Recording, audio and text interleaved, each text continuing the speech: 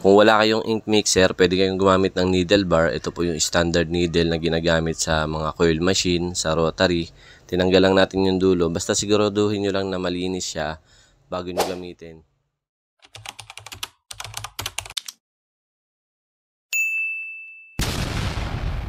Okay, mapagpalang araw sa lahat. I-share ko sa inyo ngayon kung paano mag-mix ng skin tone o paano gumawa ng skin tone gamit itong mga kulay na to. Meron tayong blue, red, yellow, tsaka white. Kung wala pa po kayong mga skin tone na kulay, pwede nyo pong gawin to, o kung sakaling naubusan man kayo ng mga skin tone na kulay, pwede nyo rin pong gawin tong paraan na to para makagawa tayo ng skin tone. So simulan natin sa blue. Dapat po konti-konti lang yung blue kasi pagka medyo maraming blue, mas matingkad o mas dark na parang magiging hawig sa itim yung kulay ng mga minimix natin. So ayan, kung nakita nyo, isang drop lang ng blue yung ginawa natin, tapos parang 5 or 6 drop ng red tsaka ng yellow yung ginawa natin para makuha natin yung dark skin tone o kaya magawa natin na brown.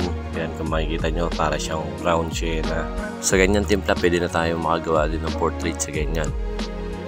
Dito naman tayo sa pangalawang cup natin. Ganyan, konting blue lang. Alalay lang sa paglagay ng blue, huwag nyo masyadong tatapangan, pero depende rin sa laki ng ink caps na pinagmimixan natin o kaya bote na pinagmimixan natin.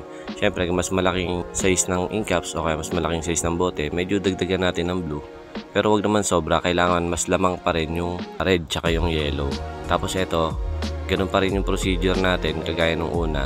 Blue, konti, tapos red, 5 to 6 drops, tsaka yellow, tapos nilagyan naman natin siya ng puti para medyo maliwalag. Ayan, kung makikita nyo, para na siyang dark skin tone yung kinalabasan.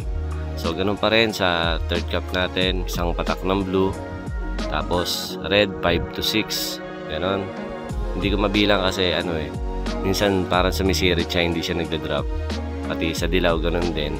Tapos syempre, kung mas light yung gagawin natin dito, dapat medyo mas marami ding white kesa dun sa pangalawang ink caps na tinimpla natin. Mas damihan natin yung white para mas mag-light yung magagawa natin na skin tone. Ayan, mix lang ulit natin.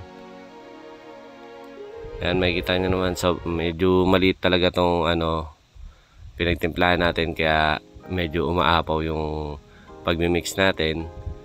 So pwede nyo itry sa malaking size ng ink caps, o kaya pwede rin kayo sa bote na rin magtimpla. Basta siguraduhin nyo lang na malinis lahat ng mga pinagagamitan nyo o pinagmimixan nyo, pati yung mga mixer nyo, para kung sasalin man natin sa bote o kaya sa bote na natin timplahin mismo, malinis kapag ginamit natin. So yan, nakita nyo medyo light na yung natin, mas dinamihan natin yung weight doon sa third cup natin. So ganun pa rin yung procedure natin. Isang drop ng blue, tapos 5 to 6 drop ng red at saka ng yellow. Tapos syempre, kung mas light yung gagawin natin dyan, mas maraming white yung gagawin natin para mapagsunod-sunod natin yung dark to light na skin tone. So dito 4 na ink caps lang yung ginamit natin. Pwede tayong gumamit ng marami hanggang sa mag-light lang na mag-light. Ganun lang po yung pag-mix. Ewan ko sa iba kung paano sila mag-mix ng skin tone, kasi may mga ibang paraan din para makagawa ng skin tone. Pwede kang gumamit ng violet o kaya purple, tapos mix mo ng dilaw. Kasi ganun din yung red at saka blue. Pag minix mo yan, equals violet o kaya purple. Kung ano yung mapatapang dyan, purple or violet yung lalabas.